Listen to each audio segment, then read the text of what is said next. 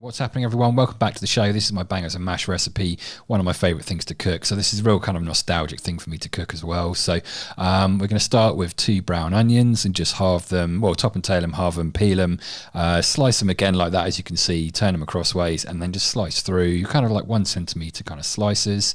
We want it kind of pretty chunky. We're also going to need some Worcestershire sauce, balsamic vinegar, olive oil, and some instant gravy of your choice. I prefer to use an instant gravy because I don't know, it's about that nostalgic thing from childhood, really. So it just brings me back to that. And you can make it pretty tasty. So we'll get a pan on a kind of medium heat, get some olive oil in there. Once it's heated up, get the onions in, salt, pepper, give it a good stir around so it's all kind of nicely coated in that oil. And then just keep cooking that down really gradually for this is going to take about 20 minutes. You want to really take your time with this and let the onions develop their kind of natural flavour.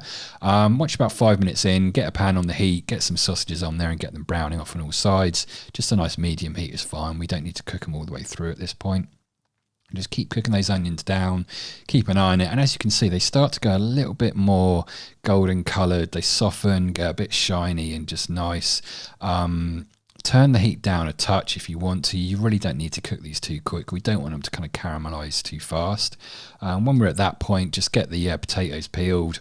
Keep moving those onions around every few minutes, and they'll just start to kind of form together really nicely and develop those real nice flavours.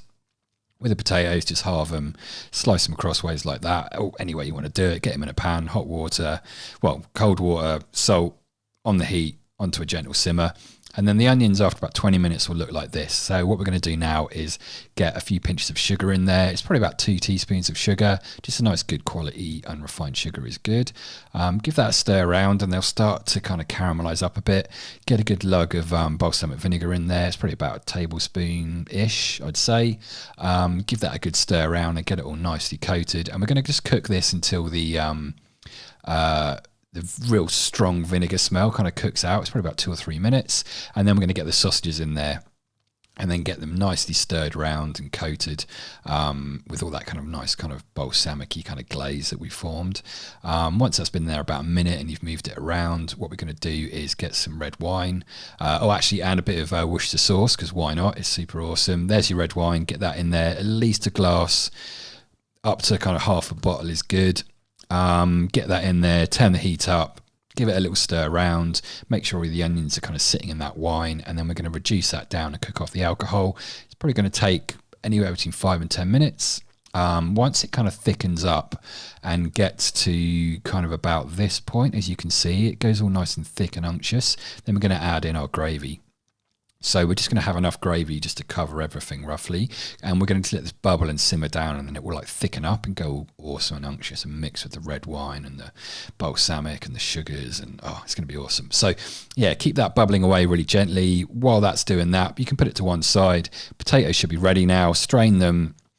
Put them back in the saucepan, add in a few knobs of butter, Lurpak of course, add in a good pinch of salt, which is of course Maldon, and then a load of pepper. I love really peppery mash, so I put quite a lot in here, and then we're going to add in a splash of milk.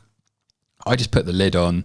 I'll get that on to like a really low heat on the hob there and get that all mixed in so the butter melts. Once that butter's kind of melted, you can start mashing it up. So just keep mashing until it's nice and smooth.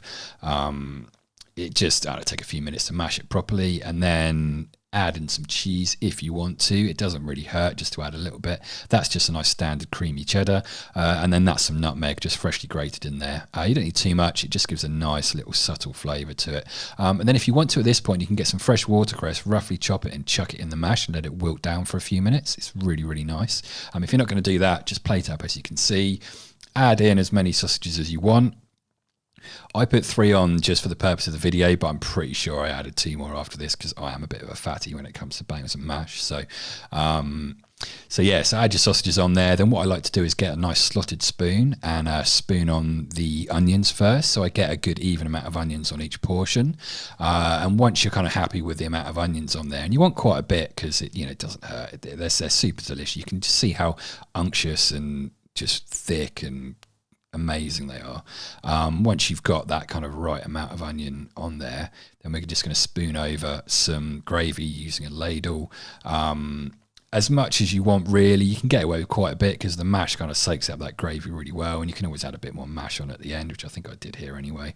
And then there you go. That's like about as good as it gets with your bangers and mash. I mean, yeah, it's an instant gravy, but it's so delicious with the wine, the balsamic in there and stuff as well. So there you go, super awesome. You could have some broccoli on the side if you want to be healthy, but it's pretty awesome just like that, really. So yeah, there you go, guys. There's my bangers and mash. Give it a go. There's some more videos here. Check them out. Give me a share, a like, and a subscribe if you can. That would be awesome. And we'll be back with another video soon.